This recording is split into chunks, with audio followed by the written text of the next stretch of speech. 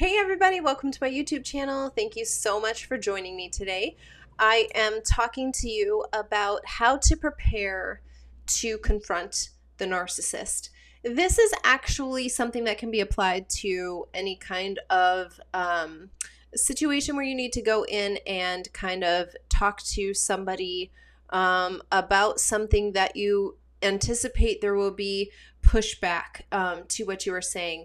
And just as a follow-up to this video, I have a video that I did live on my YouTube channel a few weeks ago where I talk about how to have a hard conversation with somebody. So you may want to go watch that video first.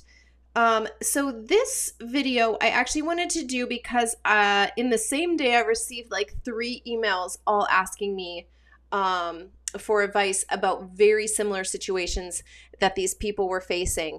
And this kind of goes into establishing boundaries as well. So I'm just going to use one of the emails as an example for this video. There was a situation where the person was at church and had an issue with some of the teachings that was coming through the church leadership, the pastor of the church and things like that. And this person wanted to just voice their concern over some of the teachings. And so they asked for a meeting with the leadership, and they wanted to have a mediator, a third party present at the meeting. And the church leadership basically said, stop with your feedback or leave the church. And I say this all as just like the information that I was given. I'm not here to say what side was right or wrong in this situation. I'm just here to use this as an example, right? And so the church did not want to meet with a mediator, and so this person decided to leave the church. They chose to leave the church. And the question ultimately is, do you believe that I did the right thing by saying I don't want to talk unless there's a mediator present? So this is a situation that you can face in multiple ways, right? Most people who are watching this video are probably preparing to go to court with a narcissist or mediation proceedings with a narcissist or something like that. So I'm going to get to that as well in this video. But one thing that I want to make sure that we're starting off on, so this is not a situation where it's like a black and white response. Do you think I'm right by saying, do you think I did the right thing in this situation by insisting on having a mediator present when I'm speaking with the church leadership? That is not actually the right question to be asking. It's not a black and white thing of like, did I do the right thing? Was I right and were they wrong? You're not going to get the type of response that you desire with that type of question. You're asking the wrong question. And so let's just back up. First of all, I've talked about this many times on my YouTube channel, and I have an entire video about it, and it's called, Was Anything About My Relationship with a Narcissist Real? And this is something that we have got to get into our mindsets when we are starting to deal with a narcissist, when we realize we're dealing with narcissists, or when we're recovering from dealing with narcissists, which is that the narcissist does not think the way that you do. So if you're thinking like, well, I was right because I did this, and then they should have done this, you're approaching it from your standpoint, from your point of view. You're not approaching it from the way that the narcissist thinks about it. So in the question, was anything in my relationship with the narcissist real? You're asking not a right question. And I explain this more in the video, but let me just summarize this by saying the way that you view real is not the way that the narcissist views real. Was it real to the narcissist? Yes, it was real in the fact that they were getting a supply. that they were getting from you with the things that they needed. They were creating a facade and using you to prop up this lie.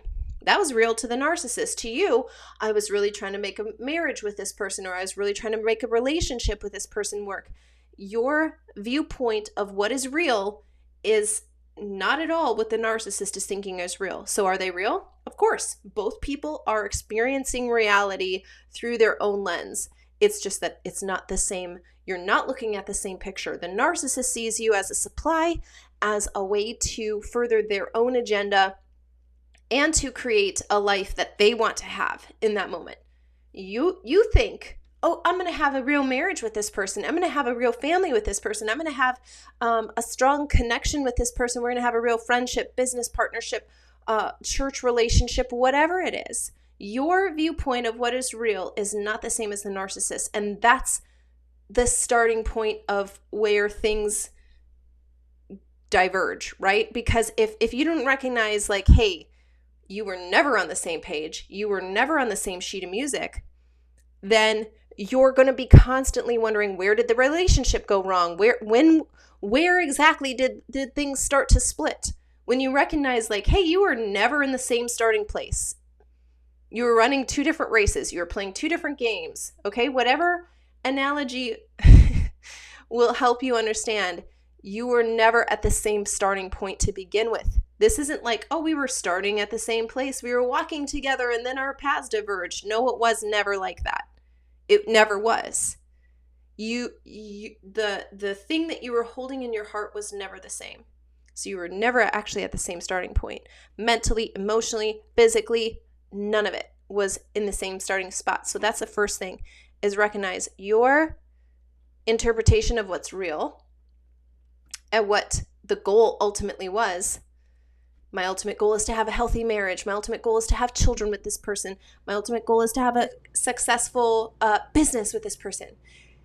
It really doesn't matter if that was not the narcissist's goal either.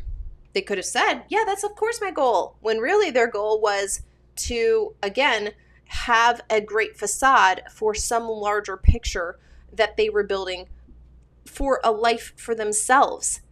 And you just happen to have been a useful part of that. It was never like a joint venture. So that's the first starting point, is to recognize you don't have the same goal. You don't have, because you're not at the same starting point.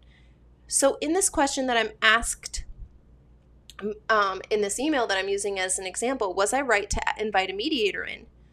You're asking the wrong question, because you assume that there's a way to resolve this situation if a mediator is present. If a mediator is present, well, then of course we're going to come to the right conclusion. We're going to come to a solution that we can both agree upon and build forward and move forward from there. But that's not true. I'm going to give you a real true example. I know of a situation where there was great conflict in a ministry. And the contracts of all of the employees for this ministry said, if there's ever a conflict, we agree that we will meet with the board of the 501c3 and have a joint conversation about the problem. Who do you think picked the board? Yeah, the starter of the 501c3. The person who runs the ministry picked the people on the board. So if you go into this situation thinking, great, I'm going to tell my story to the board and they're going to, of course, see my point of view and they're going to side with me, you have the wrong mindset, because these people are going to have the same mindset as the person who hired them, as the person who appointed them to the board in the first place. They have a completely different way of thinking than you do. You're not going to receive justice in that situation because you have the wrong mindset when you enter into the mediation setting. This brings me to the overall topic of preparing to mediate or confront a narcissist. There are two things that you need to have in your mind when you go into such a situation, whether this is court-appointed mediation, whether it is just an informal mediation where you're trying to just arrange a setting where you can confront the narcissist about certain things or have a conversation about things. There's two things that you need to recognize. One, if it's a legal situation, there are things that you need to do for your legal case, regardless of if you agree with it, if you think it'll work or not work. A lot of times I have people who come to my channel, and even honestly clients who come to me and say, well, mediation with a narcissist will never work in my situation. Okay, you're missing the entire point. First of all, okay, it's like looking for a problem, right? If I've already decided a certain solution to my problem will not work, then no matter what options are brought before me, I'm going to say it's not going to work. It's not going to work. That's not going to work because I've already decided that solution is not the solution. I've had a lot of people who've been clients of mine come to me and say, mediation will not work. You're going about it the wrong way. What you have traditionally thought about as mediation may not work with the narcissist, but that doesn't mean that the narcissist isn't up for negotiation or settlement. And that's the truth. Even if you think, no, there's nothing that he wants, he or she wants, she's always going to argue, he's always going to disagree with me. It's not true. There's something that the narcissist wants more, and you just have to find out what that is. So when you're preparing to go to mediation with a narcissist, sometimes you have to go through steps that you know aren't going to work, such as court-appointed mediation oftentimes won't work in the way that you think it will work. Oh, we're going to come to a solution. We're going to come to an agreement. We're going to agree upon these things. Okay, that might not be a realistic outlook for your situation, but you still have to go through the steps. So how do you make those steps work for you, right? Okay, so number one, there's going to be sometimes where you just have to play the game. You're in the game. You're not leaving the game. You're going to have to do all of the court steps. So figure out how to make those steps work for you. And number two, get a different perspective. If you are going in thinking a certain way, right? Like either this will never work. The narcissist will never agree to these things. This is a waste of my time. I'm being drugged through this process and I have no control over my life. Or if you think, oh good, a mediation session. The mediator will definitely see my point of view and then I'll be vindicated and I'll have this happen and both of these are probably wrong mindsets. I've talked about this before on my YouTube channel, but I think it's important that everybody understand you are in a legal system. If you are fighting with a narcissist in a court setting, that's a legal system. That is not a justice system. And it's important that you know the difference. If you want justice, you're going about it the wrong way. If you need a legal agreement, then you're in luck because you're in the right place. How you confront the narcissist and how you mediate with the narcissist is not all about you. And this is something that even if you have a just cause, if you do not find a way to present that case to the right people, it doesn't matter if you have a good cause or not. There's injustices that happen every day in our court system. We have the freest country in the world that the world has ever seen. Okay, and there's still injustices happening every single day. The way that you approach the situation needs to evolve and it needs to shift in order to be able to approach the narcissist in a way that will have even a little bit of a resolution that is in your favor, that is walking you towards the right end goal. A lot of times when I'm working with my clients, I try to prepare them for this. Hey, this is not going to just snap of the finger and be over. In most cases, it is not that way. It is a process. It's every little thing that the narcissist does or says, and you use it to build a case. And you show that this is a pattern of behavior. This isn't just a one-off kind of thing where he or she does something against the court order or does something that's not in the best interest of the children or is blatantly doing alienation tactics towards you. You need to build a case. This is a process. This is something that develops over time. And if you don't look at these things as that way, hey, this small step of mediation, maybe you're not going to get the result that you want right then and there in that mediation, But could you use that mediation session to build your larger case? So there's the perspective has got to change. Before you ever confront a narcissist, that's what needs to change. You need to understand, hey, this is what I would like to have happen. And is that here's how you can tell if it's an actual goal, because it won't matter how much time you have to spend to get that goal. I don't care if I have to spend 1 hour, 1 day, 1 month, 1 year, 10 years to get this goal. This is my goal. I want this goal. That is how you know you have an actual goal and not just an immediate thing. I want it if I can get it right now, but if I can't get it right now, I don't want it. Okay, then we've identified something, that a line of thought or a thing that you should not go after during mediation or in court because you're not actually dedicated to it. This is really important because this shapes your mindset. It shapes your intention when you go to confront a narcissist. Because if you're actually looking for justice, if you're just looking for somebody to side with you, you've got you're in the wrong system. You're not going about it the right way. But if what you would like to do is to build a case over time that can show that this person is not able to be reasoned with, they will not do mediation, they will disobey court orders, they don't have the best interest of the children, or whatever the situation may be. If you're willing to build it up over time, then great. You have the right mindset to go into that situation. Going back to the email that I referenced at the beginning of this video, what's the end goal? Do you want to be at that church? Do you want to be at a church that you disagree with the teachings on? Or do you actually want to control that person and have that person stop saying things that you don't agree with or don't like? If it was simply a matter of disagreement, you would have just gone to another church. You would have gone to God and prayed about it and said, you know what? I don't have peace about going to this church anymore.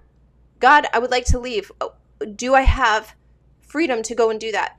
Is this the best place for me to grow spiritually? You guys, sometimes it's so frustrating because if you don't change your mindset and the way that you look at things, you're going to keep doing the same patterns of behavior over and over and over and wonder why every single church that you go to, you can't seem to get along in. Hello, I talk about this all of the time. You are attracting the same spirit in a different body. You are attracting the same spirit in a different church. You get the power to change that. Anytime that you're tired of it is a good time for you to change, and you can change it just like that.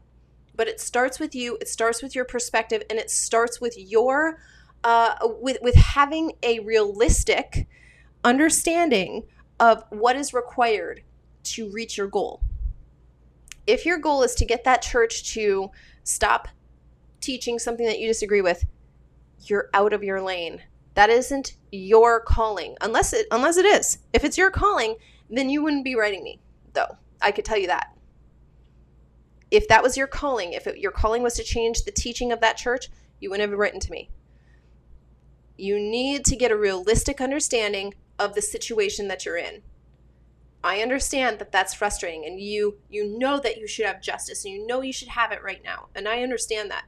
Truly, I understand that personally. That not just like in theory. I understand what that's like personally. So while I can sympathize with you, and I can put myself in your position easily because I've walked it out, that doesn't change the reality, which is if you're in a court situation, you're facing a legal system, not a justice system, and you need to get a better perspective because the perspective that you have right now, whether you're right or wrong, it doesn't matter because it's not going to help you get to your end goal. No matter what your end goal is, it's not serving you. And I'm doing this video so that you can control the things you can control, which are always about yourself first, and it starts with your perspective. So when you prepare to confront a narcissist, or anybody for that matter, have a realistic understanding of where you stand, where that person is standing, and the process that you are going to go through in order to reach your goal. I really hope that this video has helped you guys. This, I understand, is a hard topic. It's a difficult subject. There's it's forcing you to confront a lot of realities that I think people don't want to admit are true. But ultimately, if you are able to see that your reality is different than somebody else's, it's a lot easier to traverse the hell that is court, that is family court in the US and a lot of other places. I have clients all over the world who are facing very similar situations to the court process here in the US, and their players are different, but the court process is the same. So I know it's frustrating. I know it's not the answer you want to hear, but I am trying to give you something that cost me very dearly to be able to share with you. The wisdom and the knowledge that I'm giving you right now cost me greatly. So please understand that I don't say this stuff flippantly. I'm not trying to come down hard. I'm trying to really enlighten you and educate you that you are going about this the wrong way. And it's unnecessary for you to make the same mistakes that I did. It's unnecessary for you to spend time doing things that are not going to be onto anything. They're going to lead you nowhere. You're going to keep doing the same things over and over, thinking you're going to get a different result this time or this time or this time. Or if you have a different judge, or if you move, or if you do this, you're going about it the wrong way. So please change your perspective. You can control that. You can control that. That's something that's totally in your control, has nothing to do with the narcissist, has nothing to do with the legal system or whatever it is that you're facing. You can change your perspective right now and get your answer.